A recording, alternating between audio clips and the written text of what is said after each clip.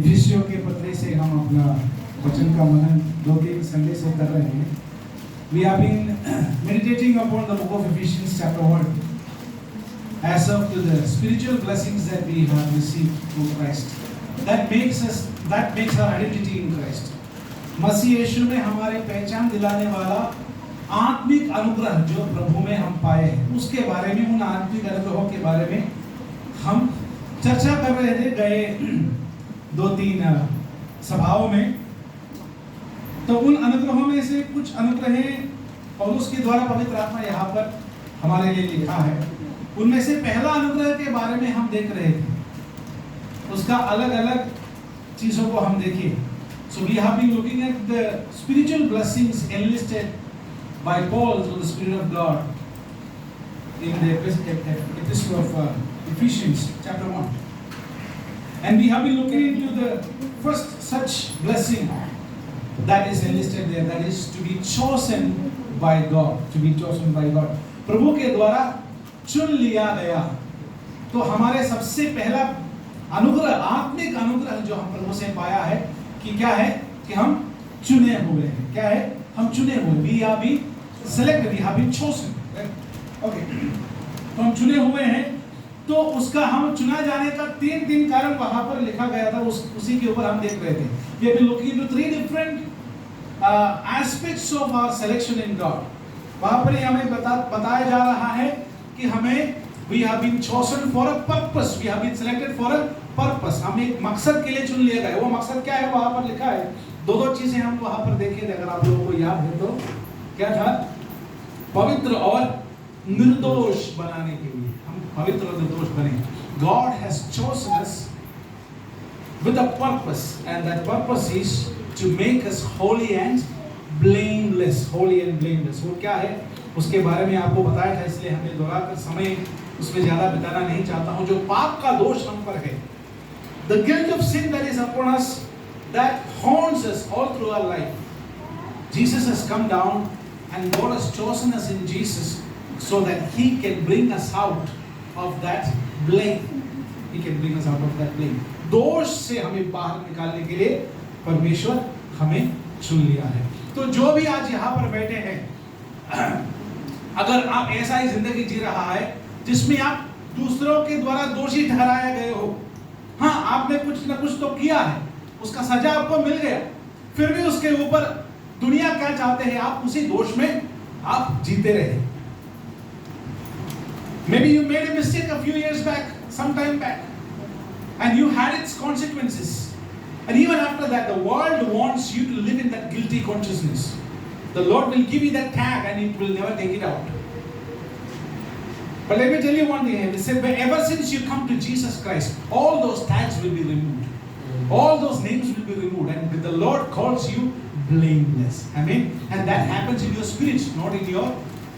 That's why it is a spiritual blessing. I tell you, my dear friends, if it had been a material blessing, we would have been in trouble. अगर वो आर्थिक रीति का कोई अनुग्रह होता,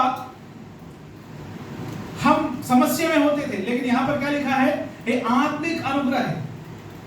तो ये जो अनुग्रह सीधा जाकर कहाँ लगता है? हमारे आत्मा में. तो मेरे प्रियो, जब जो संसार हमें अलग नाम देते हैं, टैग देते हैं कि हमारे पुराने अनुभवों के ऊपर हमें नाम पुकारते हैं, हमें अलग कर देते हैं, लेकिन जबकि एक मनुष्य प्रभु यीशु में आता है, उनको प्रभु क्या ठहराता है? निर्दोष ठहराता है. तो प्रभु ने आपको चुन लिया है ताकि आप निर्दोष ठहरा जाए, ताकि आप निर्दोष ठहरा जाए. तो आज भी अगर आप अपने उस एहसास में जी रहे हैं कि मैंने वो किया, मैंने ये किया, अगर दुनिया जो आपको वो जो एहसास दिलाते जा रहा है, उसी एहसास में अगर आपको जीना है, तो आपका जीवन कष्ट होगा, कठिन होगा. लेकिन उस कठिन जीवन से हमें बाहर निकलना प्रभु की इच्छा है. इसलिए प्रभु ने क्या किया? आपको चुन लिया है ताकि आप समझे कि यीशु मसीह में आप निर्दोष हो सकता है. यीशु मसीह के लहू के द्वारा आप निर्दोष हो सकता है. यीशु मसीह लहू बहाया, उस लहू बहाना मेरे लिए था. इस बात पर जो भी विश्वास करता है वो क्या हो जाएगा? निर्दोष हो जाएगा. अगर वो निर्दोष होएगा, उस एहसास से बाहर आएगा, वो स्वतंत्र होकर वो जिएगा. So ever since a person believes in the blood of Christ that was shed on the cross of Calvary, and they accept that it was for me and my sins, that person experiences a freedom from within. And God wants this freedom to be available for everybody who is sitting in this place all around the world. That's why He has chosen you and I. Amen? Amen. So God wants us to be free. हमेशा usually क्या होता है जब भी कोई भी भगवान के सामने लोग जाते हैं तो उनको डर आता है कि नहीं? भगवान के सामने जाता है तो डर आता है क्योंकि हम इतना पापी है, तो इसलिए भगवान क्या करेगा, हमें मारेगा, पीटेगा। पर वचन जो परमेश्वर के बारे में बता रहे हैं वो उसका विपरीत में है कि हम आए उसके पास क्योंकि वो करुणा निधान, उसमें अनुग्रह है। अगर हम आएंगे तो हमें क्या करेगा, हमसे क्षमा करेगा और हमें वो पापों से स्वतंत्र करेगा। सो it is not that as according to the pattern of the world, people are afraid to go before deities because they are afraid of punishment from those deities. But the Bible tells us a different story. We have to be courageous and go before the Lord because He is so gracious. And the moment we go there and embrace His presence, He will fill us with forgiveness of our sins and He will make us free. इसलिए यीशु ने एक बार कहा, अगर तुम सत्य जानोगे, सत्य तुम्हें क्या करेंगे, स्वतंत्र करेंगे। If you know the truth will set you free. And this is the truth. That God does not want to punish you, but He wants to cleanse you. He wants to cleanse you in such a way that you are free. That you are free. Amen. Amen. तो आगे हम बढ़ेंगे तो we are called with a purpose to be blameless, and we are called unconditionally. गए हफ्ते हम वही देख रहे थे, व्यवस्था के बिना हम बुलाए गए हैं। अगर आप लोगों को याद है तो अगर हम वो कौन सा वचन से हम निकाले कि जगत की उत्पत्ति से पहले उसने क्या किया, हमें चुन लिया। He has chosen us. He chose us even before the creation of the world. That means where we were nothing, when there was nothing for us to show Him, I have this, that's why you select me. Lord, I have this, that's why you select me. We did not have anything. We never existed. That is when He chose us. इसका मतलब क्या है, बिना कोई व्यवस्था का परमेश्वर ने क्या कर दिया, हमें चुन लिया। जब हम परमेश्वर कोई व्यवस्था रखे तो हम में से कोई भी क्वालिफाई नहीं, हम में से कोई भी क्वालिफाई नहीं। लेकिन प्रभु ने ऐसा व्यवस्था नहीं रखा। जगत से पहले, जगत का उत्पत्ति से पहले ही आपको क्या कर लिया, चुन लिया। इसलिए आपको when now that God has qualified you, there is no one else who is qualified to disqualify you. If God qualifies you, no man can disqualify you. अगर प्रभु ने आपको योग्य ठहराया, मैं या कोई भी व्यक्ति आपको अयोग्य नहीं ठहरा सकता। ये वचन का शक्ति वो है। This is the power of that word. That if God qualified you, there is no law, there is no power, there is no authority in the world that can disqualify you. You can come to God as freely as you can. Amen. तो हमें बिना कोई व्यवस्था का, you are chosen with a purpose, you are chosen unconditionally. तो आज हम तीसरी चीज की ओर जा रहा है, उसमें क्या है, you are chosen in dignity. You are chosen in dignity. Amen. आप मूल्यता में चुने हुए हो, आप मूल्यता में चुने हुए हो। You are chosen in dignity. वो कहाँ पर लिखा, कहाँ नजर आता है, वहाँ पर क्या लिखा देखिए, जैसा उसने हमें जगत की उत्पत्ति से पहले उसमें चुन लिया। That is the word. उसमें चुन लिया, किसमें, मसीह में चुन लिया है। मसीह में हमें चुन लिया है। Just as for He chose us in Him before the creation of the world. That's the third thing that I want to tell you. तीसरी चीज जो आपसे मैं कहना चाहता हूँ ये है कि हम मसीह में चुन लिए गए हैं। We are chosen with dignity. हम मूल्य के साथ चुन लिए गए, मूल्य के साथ। From the very outset, I want to tell you, when someone selects something, they assume a value to it. जब कोई किस चीज को चुनता है, उसके ऊपर कुछ मूल्य रखते चुनता है ना। बिना कोई मूल्य के रहेगा तो हम चुनेंगे नहीं, चुन सकते। The very process of selection and choosing is what? You look for value, you look for stuff, and when you have it, you will take it, right? For example, if Brother Prince, he has textile business, he goes to take things, to his raw materials. Would you choose any cloth that you buy? No, you need to find the stuff there. Yeah, the quality is there. You will go and touch it, you will weigh it. If it's a fabric, you need to have that make, and then only then those clothes you will take. Others, you will not. So, only when you assume some value, will you take it, will you choose it. तो जब आप किसी वस्तु के ऊपर कुछ मूल्य देखेंगे, तब जाके आप क्या करेंगे उसको. In the same way, जब परमेश्वर कहता है कि आप चुन लिए गए, इसका मतलब क्या है? परमेश्वर आपको मूल्य दिया है. God has given you value. That's why He has chosen you. Amen. Amen. तो मेरे प्रियो, अगर आप यहाँ बैठे हैं, प्रभु का नाम पुकार रहे हैं, प्रभु की आराधना में बैठे हैं, प्रभु आपको यहाँ लाए हैं, इसका मतलब ये है प्रभु आपको मूल्यवान समझता है. Hallelujah. The Lord values you. The Lord gives you value. चाहे संसार आपको मूल्य दे या ना दे, it doesn't matter whether the world values you or not. It does not matter whether people say good about you or not. Yes. The moment you are in Christ, you are valued. Amen. Amen. जब हम प्रभु यीशु में हैं, हमारी value है, हमारे मूल्य है. आपका मूल्य है.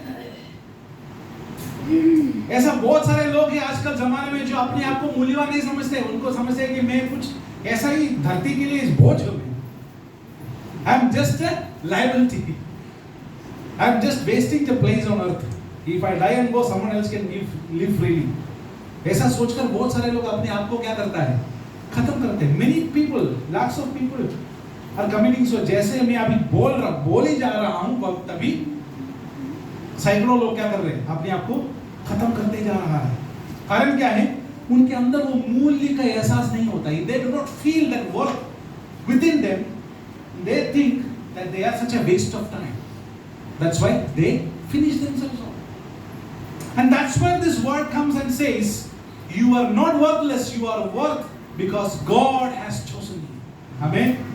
आपको कैसे समझिएगा कि आपके अंदर मूल्य है? अगर आप ये वचन सुन रहा है, इसका मतलब आपके अंदर ये मूल्य है, क्योंकि परमेश्वर आपको ये समझना चाहते हैं. Amen. Just that God wants you to know that you are worth. As you listen to this word, you must understand you have been chosen. Amen.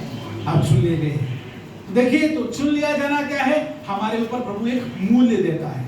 तो यहाँ जितने भी लोग बैठे हैं, अगर आपके मन में ऐसा कोई सोच है कि मेरा कोई वैल्यू नहीं है, मेरा कोई मूल्य नहीं है, शायद से हो सकता है इंसान आपको वैल्यू नहीं देता होगा, but Lord sees the gem that is inside of you. He finds you valuable. आपके अंदर आप जो मूल्यवान रत्न है, उसको परमेश्वर समझता है. I told you about the way, the process of finding pearl, right? मोती को किस प्रकार ढूंढते हैं. एक जगह में गया, वहां से अगर उनका मनपसंद नहीं मिला तो वो क्या करेगा, कि चाहे कितना भी खर्च हो, वो खर्च चुकाकर क्या करेगा, दूसरी जगह जाएगा. जहां उसको अच्छा मिलेगा वहां तक वो ढूंढेगा जाएगा. In the same way, the Lord has come in search of you. The Lord has come in search of you, and He wants to make you a pearl. आपको एक मूल्यवान मोती बनाना परमेश्वर चाहता है. Do you know how painstaking is that process? मोती आप लोग पहनते हैं, लेकिन अभी कभी आप लोग सोचे हैं कि वो मोती बनने में कितना मुश्किल का कार्य होता है? ये मोती कैसे बनते हैं आपको पता है? पता होगा ना. सागर के गहरे में शेल्स रहता है, एक जीवी है वो, शेल्स रहता है. हाँ, इसका क्या होता है, ऐसा खुलता है वो, उसका शेल हार्ड रहता है. और ये मोती इसके अंदर कैसे होता है? इसका अंडा नहीं है मोती. कोई लोगों को लगता है कि उसके अंदर जो उसको अंडा देते हुए अंडा मोती नहीं है. क्या होता है, जब गहरी सागर में जब वो फैलता है, घूमता फिरता है, रेत जो है ना, रेत वो रेत इसके शरीर के अंदर जाएगा.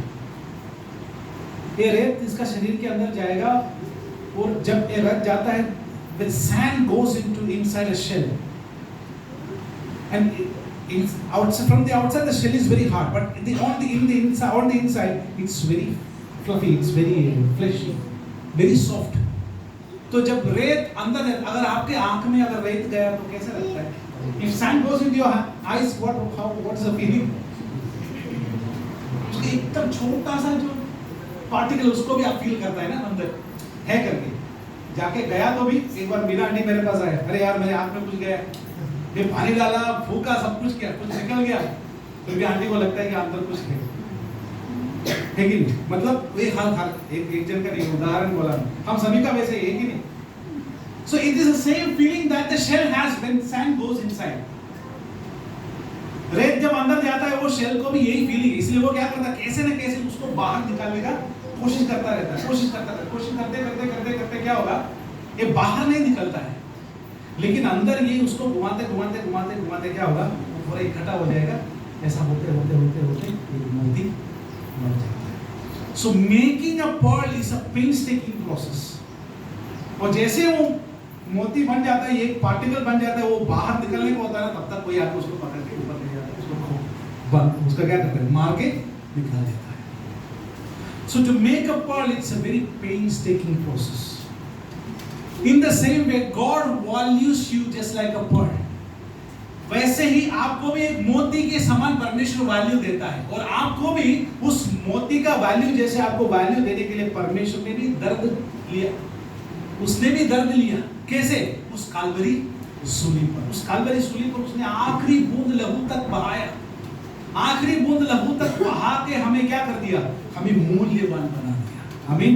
एक रेत के समान था हम, ऐसा छोटे छोटे कण थे, टुकड़े थे, हम कुछ भी नहीं था, हम बिगड़े हुए थे, हमारे अंदर कुछ भी नहीं था, लेकिन जबकि यीशु ने हमारे अंदर लिया, that's what it says, in him you are chosen। वहां पर ऐसा लिखा, कैसे लिखा, एक बार पढ़िए 14 आयत में, जैसा उसने हमें जगत की उत्पत्ति से पहले उसमें चुन लिया, in him, in Christos, in auto, ऐसा लिखा है, ग्रीक में ऐसा लिखा है, ग्रीक में इस प्रकार लिखा है, उसका जब पौलुस लिखा ग्रीक भाषा में ऐसा लिखा है, en auto, इसका मतलब है in him, inside Christ। प्रभु ने हमें कहाँ चुन लिया, यीशु में चुन लिया। जैसे एक मोती का व्यापारी शेल के अंदर मूल्यवान मोती को दिखता है उसको, वैसे प्रभु परमेश्वर ने, जो हम रेती ही है, हम कहाँ है, what are we? Indeed we are just soil. God took us from where? From the earth. We are mud. The mud that we were, we went into Christ in a painstaking process. Jesus transformed us from that mere mud into valuable pearls. And there he had to give his life. जैसे एक shell मोती बनाते